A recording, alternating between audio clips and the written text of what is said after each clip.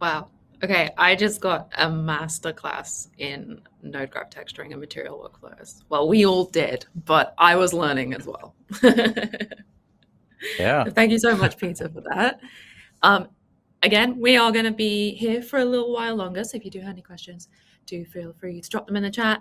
Doesn't matter how small or noobish you think they might be. I promise someone has always asked a stupider question, and they've always still been very, very important for us to answer. So in the meantime, I have a couple of questions because, like I said, I haven't been using Mari as long as Peter for quite a while. I think, well, maybe like 12 years now I've been using Mari. 8 of those have Foundry, and I used Mari for 2 years at Foundry before I was like, I guess I'll give that node graph a try. So Peter, as somebody who has used Mari since day one, pretty much. Yeah, how before did day you one. find that? Yeah, before official day one for sure. Yeah. How did you find the transition to node graph? Because you're very node graph based now, aren't you? Yeah. So essentially, then when I was at FMX, I talked to Jack Risley, that was head of Mari back then, and he asked me after the initial release, "What do you want to see in Mari?" And I said, even back then when Mari didn't even have layers, I said, I want to have nodes. And it took me a while before I could use nodes. So yeah, I'm always advocating for texturing with nodes because it's more logical to me, and I can do stuff that is virtually impossible to do in the layer stack because it becomes too complicated if you want to reuse stuff. So I like the nodes because the power that you can reuse things in a non-linear way, and that's essentially where my love for the node graph came. And I haven't looked back. It's very logical. It's Yeah. a very logical approach. Yeah, It's definitely. It's a scary thing for those of us who have a traditional art background. It can seem quite scary. Yeah, but it takes you 5 minutes until you get it. Like, this is like, this is how you do it, and that essentially like adding a layer, just one thing over the other with the mask. It's once you get that, it's not too complicated, really. Yeah, I highly recommend anyone who has been putting off trying out the node graph or is just not sure, or you've been using Mari for a million years and you've been using layers that entire time. Just spend half a day in the node graph. Just have a little play around it. By the end of that week, I promise you will not be wanting to use layers anymore. And yeah, it's really hard to go back. Use layers as well. I can't go back. Definitely, yeah.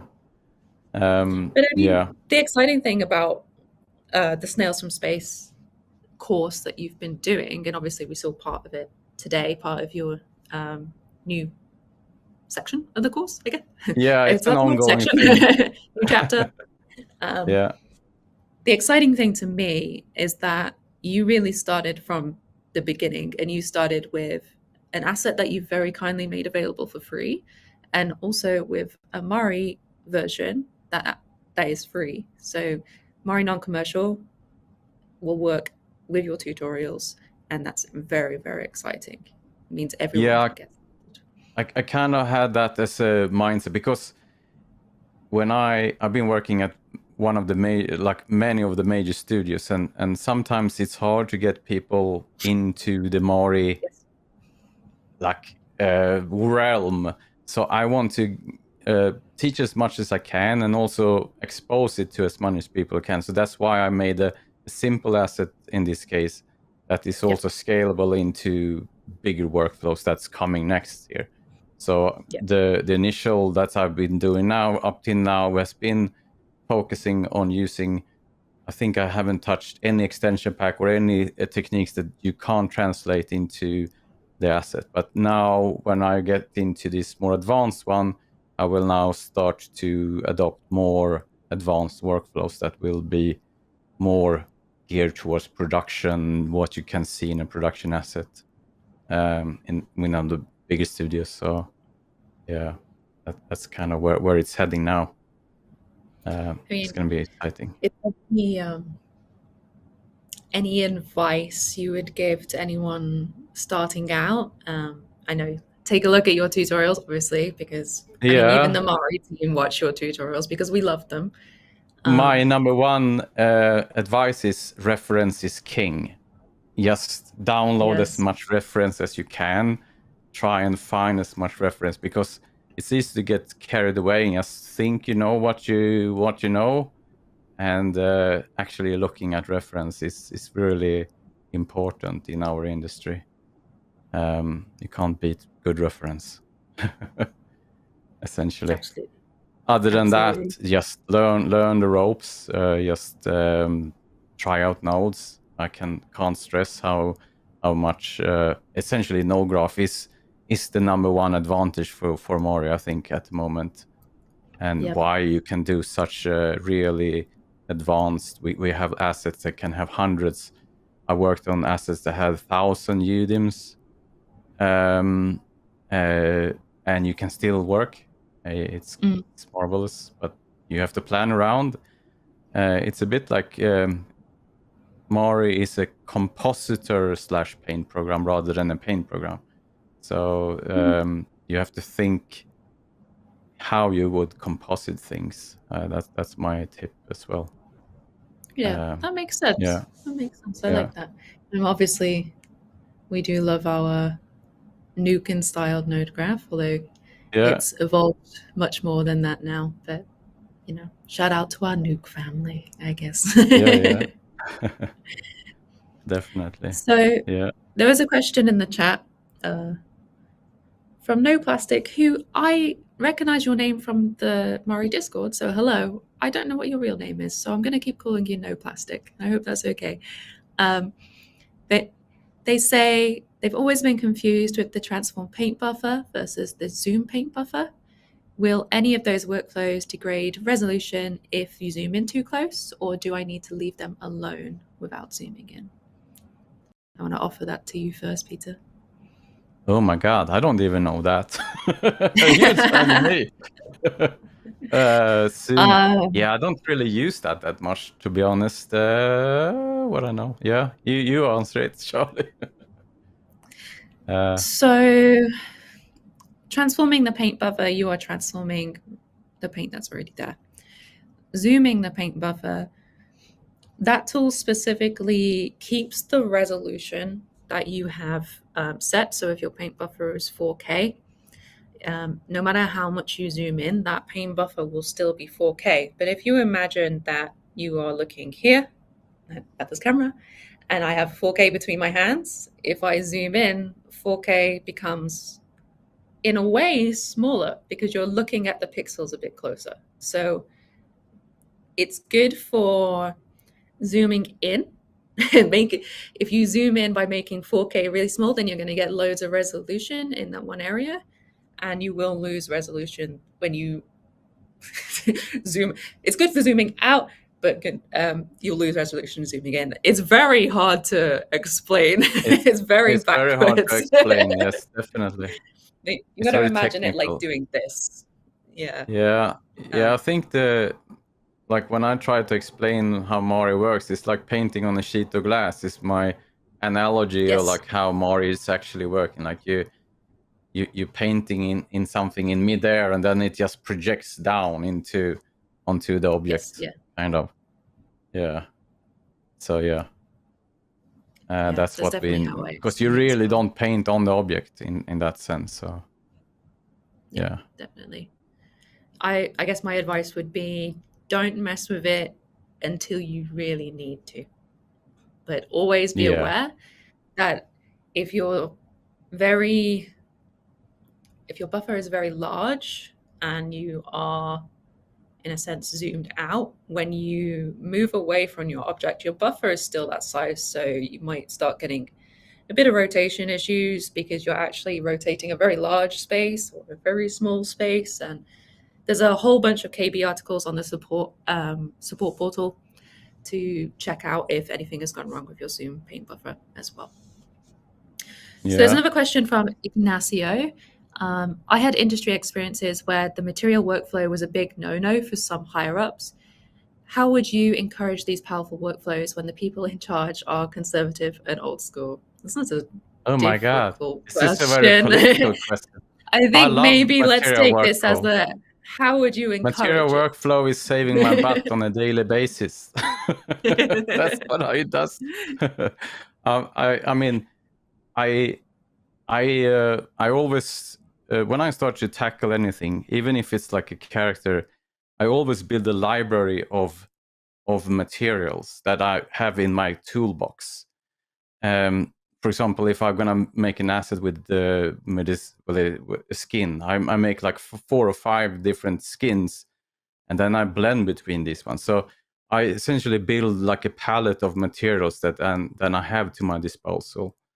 So I think material workflow is definitely something that we need to use more, and I think we also I think what is happening in Mari is starting to essentially we're gonna get more and more community-based materials. I'm doing some, and I think we will see some coming next from the community as well. So I'm not sure where Charlie just disappeared magically. So some of my materials will be on the Mari site when it's launched, and maybe you should plug that as well, Charlie. I'm not sure if it's time to do that. So what Peter said is completely true. And again, sorry for disappearing. I had 3% battery and I didn't know I hadn't plugged it in. So yes, the Foundry community forums has a share section on the page. Historically, that has been used for geometry-based projects and people showing off their work in the 3D space like Modo. What we would love to do, and there is discussions underway with our team internally, shout out to Paul in our team who's been heading this off, about we'd like to turn that into a platform for Mari artists to be sharing materials, to be sharing gizmos or node packages, templates, HDRIs, anything and everything to help kickstart getting your project up and running. We know that content in Mari has not always been, there hasn't always been a lot of it, to be honest. And even with the introduction of the material system, I think we were quite conservative with what we delivered, and they were very much starting building blocks, as we saw Peter developing on those in the video as well. So yeah, very excited for what this might mean, and it's also a good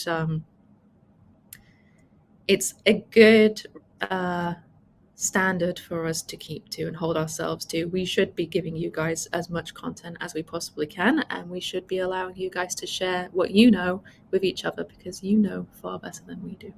So yeah, very excited. Yeah, and a side note to that, when that portal is launched, I will definitely post all of my support materials for this course will be there as well, so it's easy to get to when that one is up. So that's something I plan to upload all of those support, like my smart stuff and Rust materials and also coming stuff, because everything in this Snails from Space tutorial series will be free, at least the Mari part. I'm not sure how I will do when we come to the backplates, because I'm not sure if those are appropriate, but all of the Mari materials will definitely be there when I come to that. So that's on my to-do list, and hopefully I'm not sure when the launch is, but it will be there on launch date. No set date yet,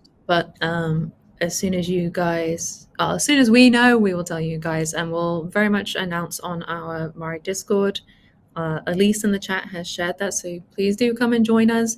You're also welcome to ask further questions there after the stream. Peter and I are both there. I may go join the Mari team at the pub, but I'll also come and chat to you on Discord if you want me to. So always happy and always available for questions there and for chatting. Yeah, the founder Discord is really lively, so there's a lot of discussion there.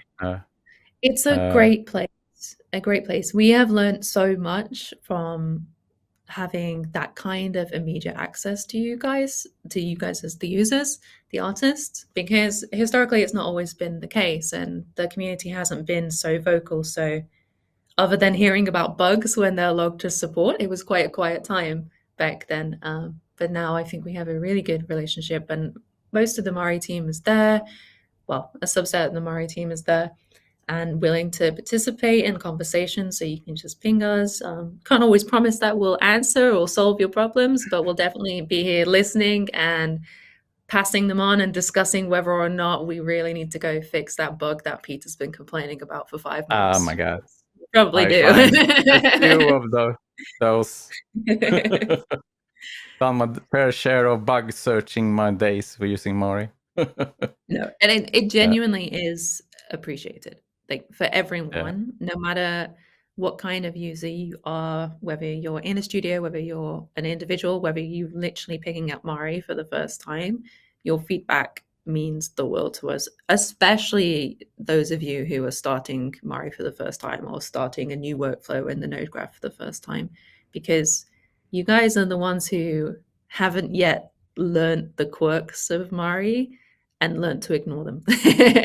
So if you tell us, then that's a valid thing that we need to improve on for Mari's ease of use. So yeah, I mean, I learned something new the other day. I didn't know that you can do transfer of nodes like you could do for the layer stack.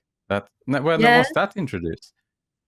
It's totally slipped under my radar. Well, when was that introduced? 7.0. 7.0 that was introduced. Okay. Oh, you yes, see. It's very cool. And we have, well, obviously I can't talk about what's coming up, but there's some good stuff coming up for that space as well. So very excited. Yeah. So I think we have time for one more question. No plastic again.